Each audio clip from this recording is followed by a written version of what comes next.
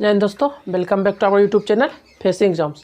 देखिए हम लोग परसेंटेज पढ़ रहे थे और उसी में आज आगे बढ़ते। देखिए क्वेश्चन लिखा हुआ है, इसको सॉल्व कर। देखिए क्वेश्चन है, एक संख्या के 75% में जब 75 जोड़ा जाता है तो प्राप्त परिणाम उसी संख्या के बराबर होता है, तो उस संख्या का 40% निकालना है। देखिए इसको सॉल्व करते हैं। देखिए क्वेश्चन क्या दिया है, एक संख्या के 75% में जब 75 जोड़ा जाता है, यानी कि कोई भी एक संख्या है, आपका जो मान सकते हैं, कोई भी एक संख्या है उसके 75% में जब 75 जोड़ते हैं प्राप्त परिणाम जो है उसी संख्या के बराबर आता है। चलिए हम मान लिए कि x एक संख्या है, ठीक। क्या बोल रहा है, एक संख्या के 75%, x ने छोड़ दी, चलिए मानते हैं x एक संख्या के 75%, यानी कि x हम मान लिए एक संख्या है, x के 75%, यानी कि x का 75%, x के 75% क्या बोल रहा है में जब 75 जोड़ा जाता है, यानी कि x का 75% मेरा जो भी होगा इसमें जब 75 जोड़ेंगे, यानी कि x के 75% प्लस 75, तो क्या बोल रहा है,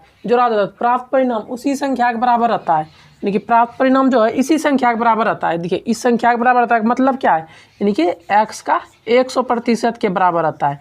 क्या कोई भी संख्या अपने आप का 100%। देखिए एक बार फिर से इसको समझते क्या है, एक संख्या के 75%, यानी कि मान लीजिए एक संख्या x है, x के 75% में जब 75 जोड़ा जाता है, x के 75% में 75 जोड़ दिए तो प्राप्त परिणाम उसी संख्या के बराबर आता है, x का 100%, यानी कि x के 75% प्लस 75। इसको सॉल्व करेंगे क्या होगा, किसी भी संख्या का कोई भी संख्या अपने आप का क्या होता है 100%, तो x का 100% का क्या बोल रहा है, प्राप्त परिणाम उसी संख्या के बराबर होता है, यानी कि x का 100% के बराबर होता है।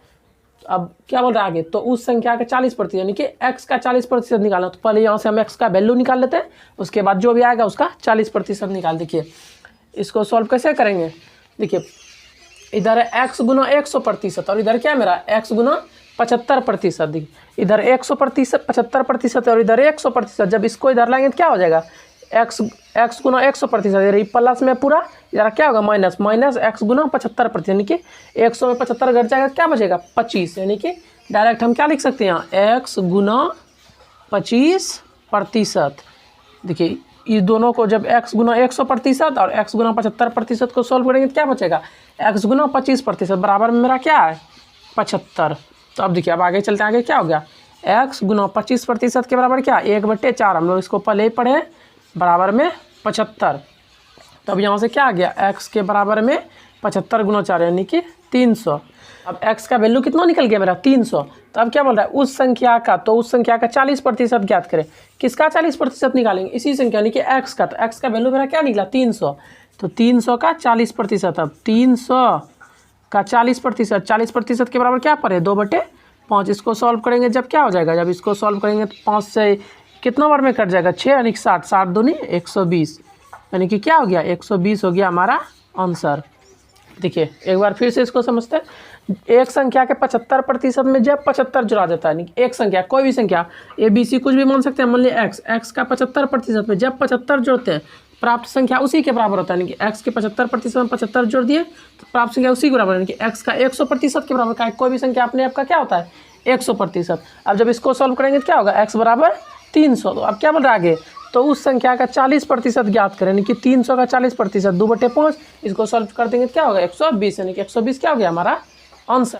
तो अब देखिए अब आगे चलते हैं, एक और क्वेश्चन बना। देखिए क्वेश्चन लिखा, एक गांव में 30% लोग साक्षर है, यदि गांव की कुल जनसंख्या 6600 है तो साक्षरों की कुल संख्या ज्ञात करना है। कोई भी गांव है उसमें 100 में से 30%, यानी कि 30% लोग साक्षर यानी कि पढ़ा लिखा है, बाकी सब मूर्ख है, यानी कि 30% लोग पढ़ा लिखा है।